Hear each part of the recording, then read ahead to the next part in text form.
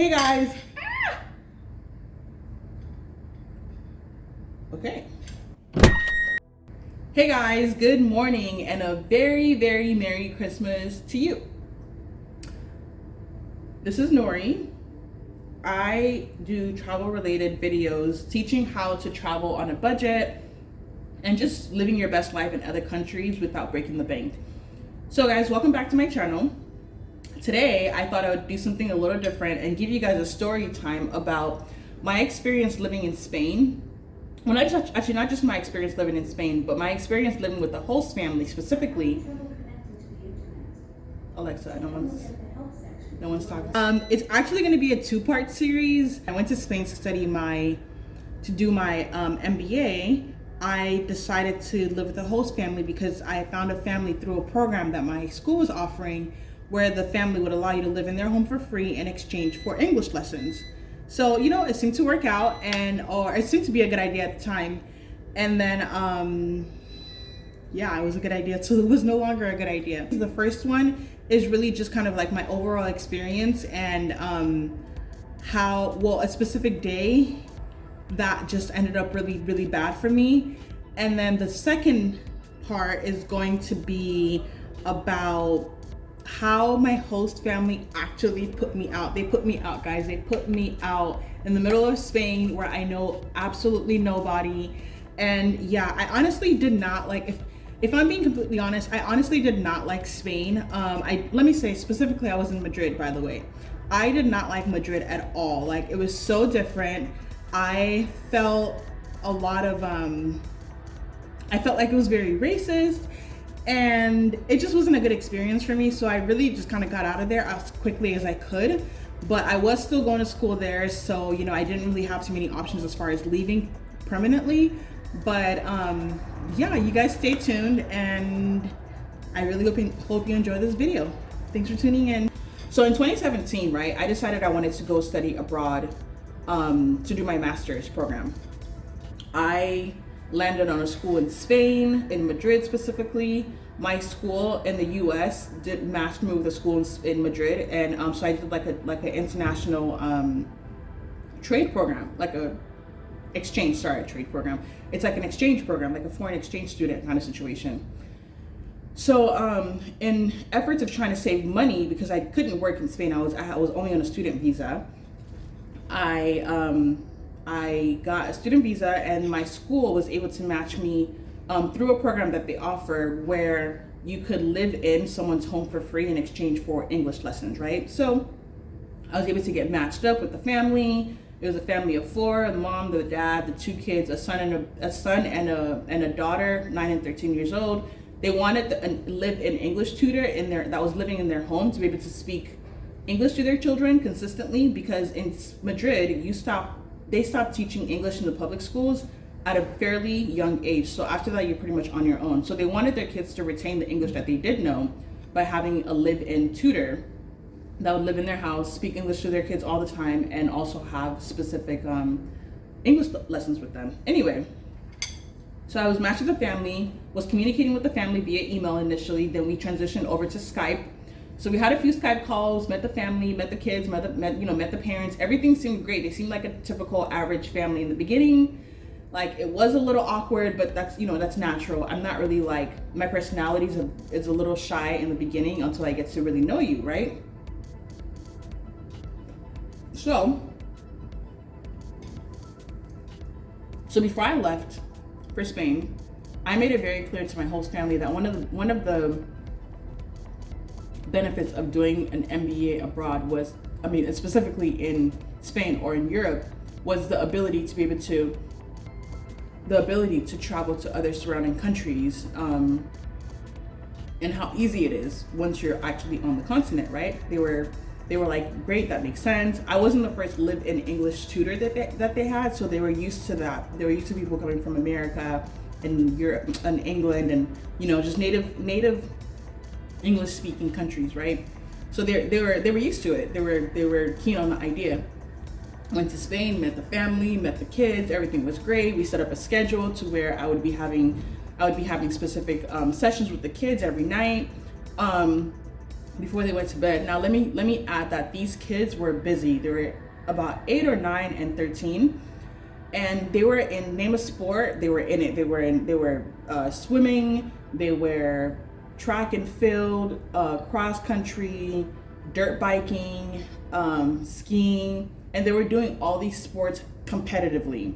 So they were very, very active kids. So they would go to school in the morning. After school, they would go to their practice or whatever. Then they would come home, do their homework, eat dinner, and then they would have a session with me before they went off to bed. So I was only having sessions with them, or at least the schedule was that I would have sessions with them Monday through Friday, because on weekends, they were pretty much gone all weekend for their different competitions, which worked out great for me, because then I let the family know that on weekends I would be going to a different country or a different city or just traveling, right? That was the expectation for me. They said, yeah, sure, great. All right, so my first few weeks was great, actually, like just kind of adjusting to the city and adjusting to the family and just, just adjusting. Like I'd never done this before, and the family, they were pretty patient with me until they no longer were. So at some point, the father just completely stopped communicating with me. Oh my God, do I have a thread? Guys, I have a hole. I have a hole in my robe. Okay, well, let's just act like that's not there.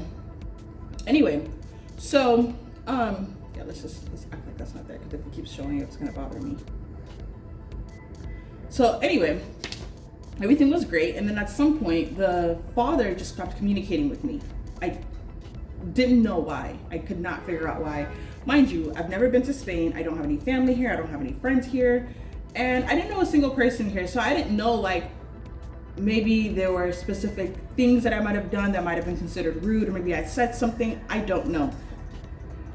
Pretty much everyone in the family spoke decent English, communication, conversational English, except for the mom. The mom didn't know any English other than hello. Like, she didn't know any English at all, which is fine, because I spoke a little bit of English. But she was a stay-at-home mom, so we were spending most of our time together. So anyway, so at some point, the father stopped communicating with me at all. Like, I would ask him a question, he wouldn't answer, the mom would answer instead. So I'm like, okay, that's just what it is now, right? And then the mom just became a literal bitch. Like, I don't want to say the word on here, but like, she just started being so mean to me. Like, she would okay, so how the house was set up was a 3-story house. The last level was kind of underground, and that was my level. I pretty much had the whole floor. My bathroom was there, my room was there. Like, it was a great situation. But like, she would pop up to my room and just like open the door. Initially she was knocking, and then now she stopped knocking. And she would just kind of like ask me to do this. And I'm like, hold on, ask me to do this, ask me to do that. Like, she would tell me, don't do this like this, don't do that like this, like, it was just like, I felt like I was being nitpicked at for weeks, and I did not understand why. There was never a communication with me. There was never a conversation had. There was never nothing. I couldn't understand why she just kind of just switched up on me, right? And I would ask, like, is everything okay? Like, did I do something? And they're like, no, everything is fine. But then I could feel the difference in your nature. I could feel the difference in how you were treating me and talking to me. But so I let it go, right?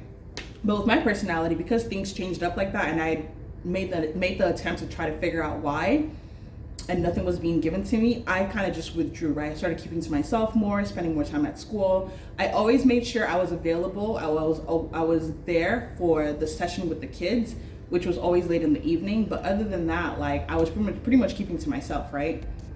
Because I mean, it's not fun to be like, to be like bullied in a way. I felt like I was being bullied. Anyway, so I stopped saying anything.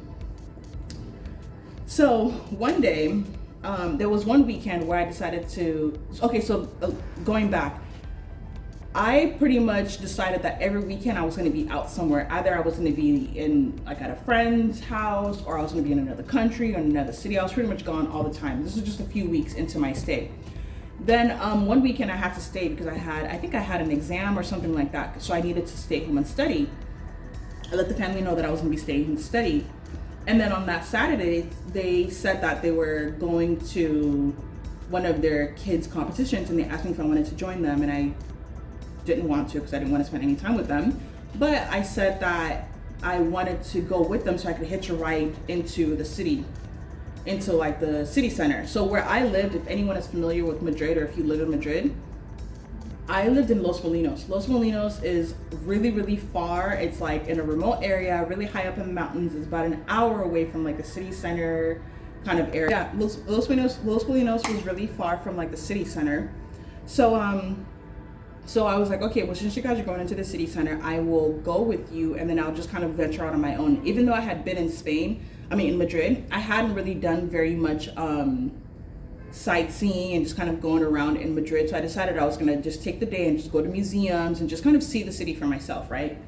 Hitched a ride with them, went off on my own, saw the city, literally left at like 11 a.m. and just was out all day, went to museum, went everywhere, right? As many places as I could. Now it's evening time, and I decided, you know what, I decided to start heading home, and it's like literally like midnight. And I found out that this was the buses or the public transportation stops operating at like midnight or like 12:30, something like that, or like 1 o'clock, something like that. It was pretty late in the evening. So I said, okay, I'm gonna take the last bus, right? I take the last bus and I'm on the bus. Right when I'm on the bus, it hits me that I've actually never taken public transportation through the city. Whenever I go to school, there was kind of like I almost want to call it like a school bus. Anyway, there was like a school bus, like a bus that would pick up people that lived remotely into the city, and then you know, you could get to school like that. So I'd always taken that, but I'd never actually taken the city bus. So I'm on the bus and I'm like, I don't know actually what stop to get off on. Mind you, it's nighttime, I can't really see as well, and this is really my first time out on public transportation. So we get to an area where I feel like is the city that I live in, right? Or the area that I live in, and I stop the bus and I get off the bus. The minute I step off that bus, and the minute the bus starts driving off, I realize, oh shoot, I messed up. I'm at the wrong stop and I don't know where the hell I am. It's midnight, my phone is probably on like 3% because I've been out all day. So I'm like, you know what, let me just start walking. I start walking. I put the address, luckily I did know the address. I put the address into my GPS, and my GPS says I'm of about a 50-minute walk away. Mind you, this is early on in the year in Madrid. It's cold and it's raining. It's coming down hard and it is cold. I would say it was probably about 20 to 25 degrees Fahrenheit that day. It was cold. It was cold as crap. And I, of course, wasn't like properly, I wasn't like ready for the cold. I didn't have any gloves. I had my shoes, maybe a jacket, but like I didn't have any boots or anything like that, right? So anyway, so I just say, you know what? I have a 50-minute walk. The quicker I start walking, the quicker I get home. I'm walking. My phone dies. And I'm just like, I can't keep walking. My toes literally feel like they're gonna fall off. My fingers feel like they're gonna fall off. I am just so cold, right? I start hitchhiking. I start trying to like flag down cars, like, can anybody take me? Like, I know I gotta be close to home. I'll give you the address. I start hitchhiking at like 1 a.m. in Madrid, in a country that I don't know anybody. I don't even know exactly where the hell I am. No one stops. Absolutely nobody stops. And I'm actually kind of glad that they didn't. But anyway, so I'm like, you know what? Let me find an area that might be covered and I can just stay there until the rain stops. I find like a random house that has, I think they call it like an awning, right? Like outside they have like a covered area. Oh my God, there goes that hole again. They have like this covered area. So I decided to just stand under there. It's like an open house, not gated or anything like that. So I just decided to just stand under there and I'm just waiting for the rain to just stop, and it's not stopping at all. So in my mind, I've already made up that I'm gonna have to just stay here till the morning time, till another bus starts running again, or at least like I can start walking again, right? And so I'm standing there, and then I hear, did I mention my phone is dead? My phone is dead. So then I start hearing,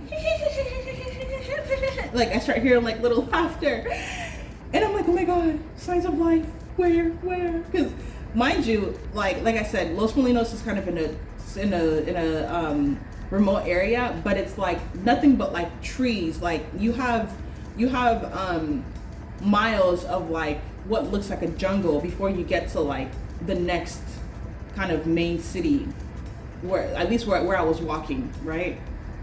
So I didn't see anybody walking. There was no one walking out on the street. So when I heard this, I like, I'm like, where's that coming from? Who's laughing? Who's there?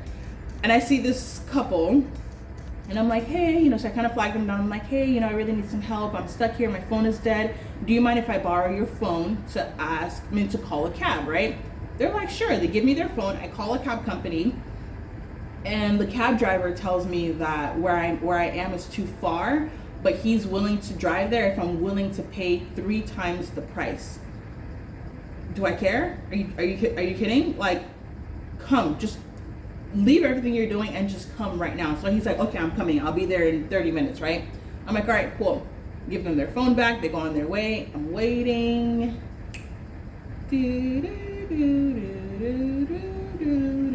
I'm waiting. This is probably at like 2 a.m. I'm estimating about 2 a.m. because I didn't have, I couldn't tell the time. My phone was dead and I didn't have a watch. I'm pretty sure I didn't have a watch. Anyway, so I'm waiting. The cab driver never shows up. So I'm just still there. At this point, I'm just like, all right, like I'm really about to be here till the morning time, right? And then, again, I hear that. And I look up again, and it's that same couple that let me use their phone. I mean, at this point, I'm sure it's hours after, right? And they see me, they're like, oh my God, you're still here. And I'm like, yeah, I'm still here. The cab driver never came. I've been in the same spot. Like, I actually gave him specifically the address that I was at, because you could physically see the address. I gave him the address. He never showed up. So I'm like, all right. So they're like, okay, well, like, good luck. And they get in their car and they drive off. They drove off. When I tell you, the whole night I was sad, but at this point, I hit a whole different level of sadness. Like, the tears came running down my face. The waterworks. I was so sad. I was so like, anyway, so I'm just sitting there. I'm just like, they were pretty much my only hope. Like, they were like my only hope of getting out of here. I don't know why I didn't just open my mouth and just ask for a ride, but I just, I don't know. Anyway, I didn't ask for one. They drove off, and I'm just sitting there, mentally defeated, physically defeated. My fingers are about to fall off. My toes are about to fall off. And I promise you, there's a point to the story. It really does add on to how my whole family kicked me out. So I'm not just blabbing. So anyway, so I'm standing there, and then I hear like a car screeching, and I turn around. It was a car that pulled up next to me, and the window goes down, and they're like, hey, do you need a ride? It was the same couple that let me use their phone. Guys, it was the same couple that let me use their freaking phone. When I tell you, I've never ran so fast in my life. I ran so fast to the backseat of that car. They gave me a ride home, and I was so grateful. Like, to this day, whenever I think of them, I literally pray for them. Like, I pray for them. I'm just like, any good thing that can happen to anybody in this world, like, it needs to happen to them, because I've never been more grateful for anything in my life. So they take me home. Literally, it was like a 15-minute ride home, 15 or 20 minutes ride home. They got me home. I literally tried to pay them. I didn't have enough money, but I tried to pay them, and they were just like, no, it's cool. Like, don't worry about it. And they were just happy to know that, like, I wasn't some like weird psycho killer kind of situation, right? So anyway, so they take me home. This is where the real battle actually starts. I get home, and I realize so like I said, there were 3 levels to the house, right? I was at the very, very bottom level. I only had the key to the entrance that took me to my level. I didn't have the keys to like the front house and the back gate and all of that stuff. So I'm trying to open my door, and at that point I realized that there's a latch on the inside of the door that I didn't take off when I was leaving. Usually during the day, when you come home, they always had their front door and back door unlocked. Like, I never really needed a key because you just walk in. But at night they would close it, no, they would lock it. So I'm trying to open my door, and I realize the latch is on, and I'm like, oh shit. Mind you, it's still raining. It's still raining very, very hard. So I go to the son's window, and I'm calling his name. I forget. Let's say his name was Eduardo. I don't know. It was a name like that. And I'm calling him. Him and his dad have the same name. So I'm trying to because his window's fairly low. So I'm like trying to call his name. He's not answering. all of a sudden I hear someone calling my name, and I'm like looking around, and it's the dad. The dad had actually woken up. I think maybe he thought I was calling out for him instead of the son, because they have the same name. Nonetheless, it was the dad who came to the side door, came to the back door, and to let me in. And I get in, and I'm like, I'm like, thank you so much. Like, you don't understand. I felt like I was gonna die out there. Like, you know. He says nothing. It's crickets, guys. It's crickets. Like, so I'm like, okay, no worries. At this point, like, ask me if I care. I don't care. Like, I don't care. And I think it was about 5 a.m.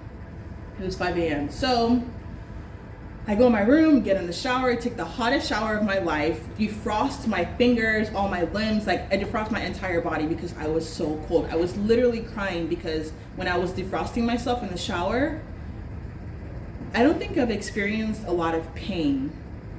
I don't think I've experienced this kind of pain in my life. It was physically painful it took forever for my body to defrost, by the way, but it was physically painful. Anyway, so I defrosted myself, went to bed or whatever. The next morning, it was Sunday morning, if I'm not mistaken, and that family was supposed to go away for a competition.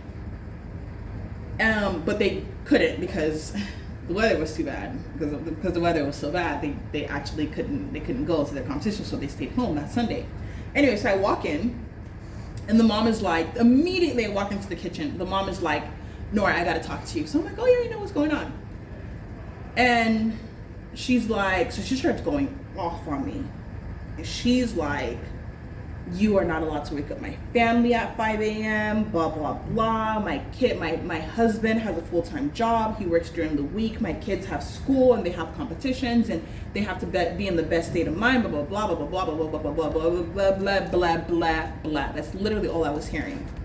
No, actually, you know what? No, in the beginning, I was like, okay, you know, she obviously wasn't there with me. So like,